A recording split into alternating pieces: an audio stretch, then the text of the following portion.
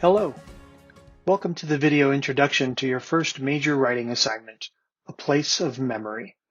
This video gives you some additional ideas about the assignment, but it does not replace the assignment prompt, so please read the prompt before watching this video. As you can see from the Project 1 prompt, narrative writing allows you to get personal as you tell a story in first-person point of view. As the title states, for this essay, you're writing about a place of memory. When you think of all the places you've been, whether you spent a good amount of time there or just visited once, ask yourself, is there a particular place that holds a special meaning to me? A place where I'd like to return and I can't wait to get back to. Now, this could be a place where you once went on vacation, a sports field that you played on often, your grandmother's house, a place where you proposed to your one true love, or any other place that brings up emotions whenever you think about it, for good or even bad. Project 1 asks you to tell the story of what happened in this place, and why even today the place is important to you. In the essay, you are taking your readers into a scene, a particular place and particular time where you get to describe things in a way that brings the story to life in your readers' imaginations. The best way to get into this idea of a narrative scene is to borrow some tricks from creative writers by having a main character, you, who tells the story, perhaps some supporting characters, a setting, of course, since describing the setting is the main point of the essay, right? And an idea of plot, or something that happens while you're in the setting, something that would be interesting to your readers and helps them understand why this place is important to you today. As can be seen in the Chapter 18 reading of UNLV Writes, keeping your scene within a short window of chronological time is needed to help anchor your reader in the scene.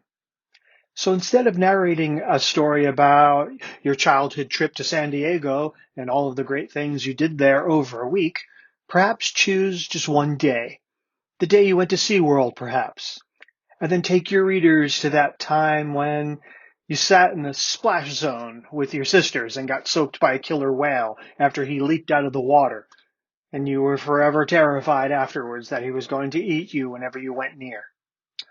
Or instead of writing about the year you played lacrosse and describing the field in a basic kind of way, zoom in on a particular moment in time during a particular game and show the field, the players, the fans as you caught the ball and then scored a goal on the wrong side of the field so that everybody in the stands laughed at you. Or tell about that time you were looking out over the Grand Canyon and you saw an eagle that took your breath away as it rode the air above your head. Now, this idea of zooming in is so important to narrative writing. And didn't you notice how in those examples, your imagination was just activated and allowed you to see yourself in the places being described? As you read Chapter 18 and the sample readings, also notice how authors use language to show these places to their readers, and how this use of language can sometimes seem very creative.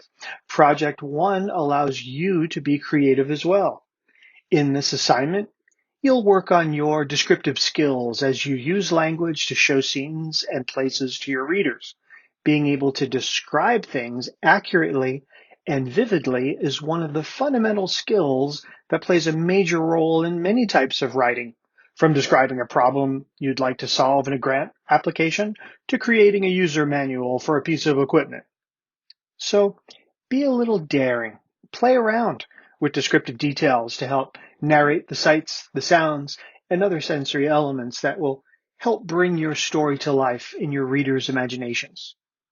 Now, this can be done by colorful word choices, using figurative language, adding dialogue, and using other stylistic devices that can add a deeper layer of meaning to your story as you ultimately bring your readers to an understanding of why this place is important to you. Playing around with language can be fun, and it gives you practice writing in a voice that is comfortable to you since you're telling a story about yourself in your own words. As you draft your essay, see if you can transport yourself in your imagination to the place you are describing. And as it comes alive on the page for you as you write, it will surely create a memorable experience in the minds of your readers as well. So where would you like to take them?